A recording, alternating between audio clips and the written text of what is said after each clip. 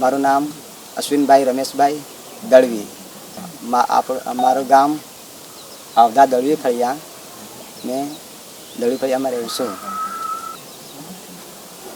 અહીંયા મારે 3.5 એકર છે. અહીંયા મેં પરવળ કરું, પછી ગિલોડા. આમાં મહેનત કરી મહિનાની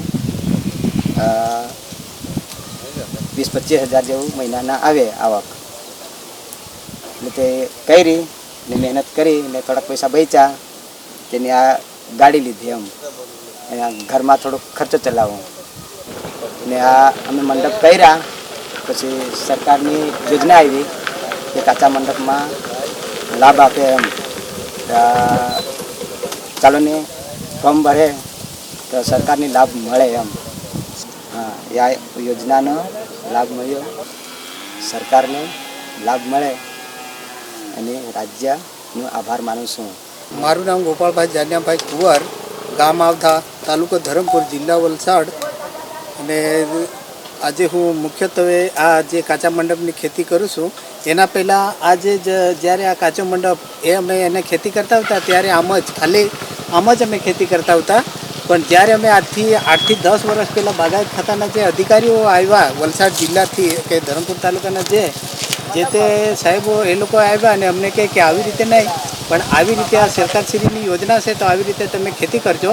એટલે પછી એ લોકોએ ટેકનિક બતાવી અમને, અને એ લોકોની ટેકનિક પ્રમાણે હવે અમે કેવી રીતે લાઇનસર જે ખાડા કરવાનું તે પછી ટેકા લાઇનસર એ રીતે અમને કે એ બતાવી લાઈન એ પ્રમાણે અમે આ બધી આ ખેતી કરીએ છીએ. આ ટીંડોળાની ખેતી કેમ કે પરવળની ખેતી એ બધું કરીએ છીએ. એટલે એમાંથી અમને સારો એવો લગભગ કરીને સરકાર શ્રી તરફથી અમને લગભગ 40 હજારથી ઉપર અમને હવે ફાયદો પણ એ લોકોએ સહાય પણ આપે છે. એ સહાયથી અમને આ જે કાચા મંડપ એ બધું બનાવીએ છીએ.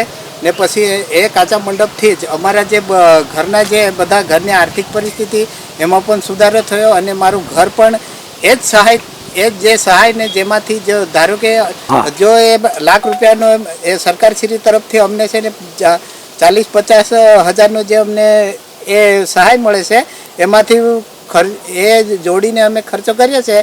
તો લગભગ કરીને અમારે 1 લાખ થી 1.5 લાખ રૂપિયાનો આમાં આ મંડપ પર અમે ખર્ચો કરીએ ને બાકીનો એમાંથી અમને 4-5 લાખ રૂપિયાનો જે અમને ફાયદો તે થતો રહે છે.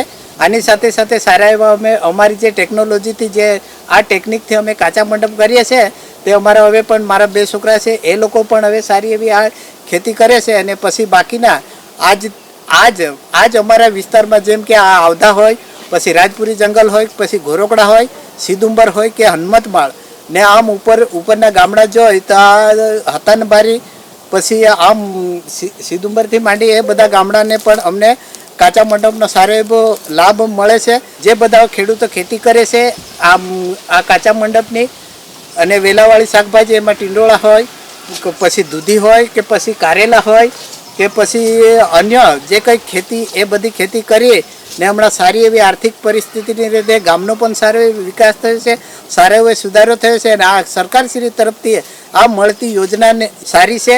લગભગ કરી આ કાચા મંડપની જે યોજનાઓ છે એમાંથી બધાને સારો એવો ફાયદો થયો છે.